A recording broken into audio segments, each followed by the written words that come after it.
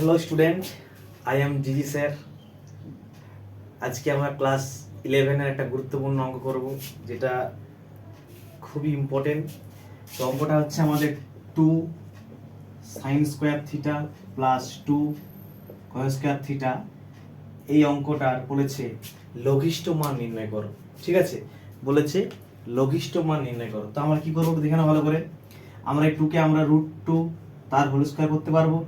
Third bracket বা second bracket দিয়ে sine square theta আমরা লিখলাম। ক্লিয়ার? প্লাস √2 তার whole square, third bracket cos square theta, যা আছে বসে দিলাম। এবার কি করলাম দেখো, √2 সাইন স্কোয়ারটা ভিতরে নিয়ে আসলাম, তার হোল স্কোয়ার দিলাম, স্কোয়ারটাকে বাইরে পাঠিয়ে দিলাম, প্লাস √2 কস স্কোয়ার থিটা তার হোল স্কোয়ার, বাইরে স্কোয়ারটা পাঠিয়ে দিলাম। এবার দেখো এ স্কোয়ার প্লাস স্কোয়ার, এটা এ এটা বি, তাহলে এ স্কোয়ার প্লাস স্কোয়ার কি হবে, এ মাইনাস বি তার হোল স্কোয়ার প্লাস 2 এ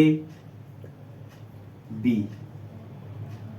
ঠিক আছে, এবার দেখো কি করছি আমরা, √2 সাইন স্কোয়ার থিটা মাইনাস √2 কস স্কোয়ার থিটা, যা আছে বসিয়ে দিলাম, প্লাস 2 ইন্টু √2, আর পাওয়ার পাওয়ার কি হবে সূচকের নিয়ম অনুযায়ী, কারণ x to the power m into x to the power n সমান x to the power m plus n। তাহলে √2 to the power sine square theta plus cos square theta equal to 1, আমি আর লিখছি না, প্লাস 1। তার মানে দেখো বলেছে রাশিটার লঘিষ্ঠ মান কত, মানে ক্ষুদ্রতম মান। তাহলে এই যে এত বড় স্কোয়ার ফর্মটা যদি না থাকে, তাহলে নিশ্চয়ই এর থেকে আর ছোট হওয়ার সম্ভাবনা মানটা।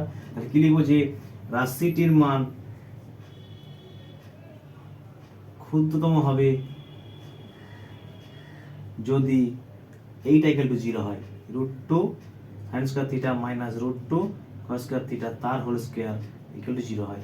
তাই তো? তাহলে অতএব লঘিষ্ঠ মান কত হবে, 2√2। অতএব লঘিষ্ঠ মান সমান 2√2।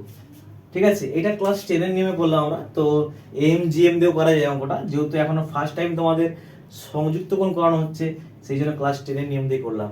ওকে, আশা করি বুঝতে পেরেছো। তো এটাই সহজ পদ্ধতি, এর থেকে আর ইজিলি ভাবে হয়তো শর্টকাট হবে, হয়তো সেটা যদি এম জি এম দিয়ে করি আমরা, সেটা তো এখন তোমরা জানবে না, সেই জন্যই আমরা ক্লাস 10 এর নিয়ম দিয়ে করলাম। ওকে।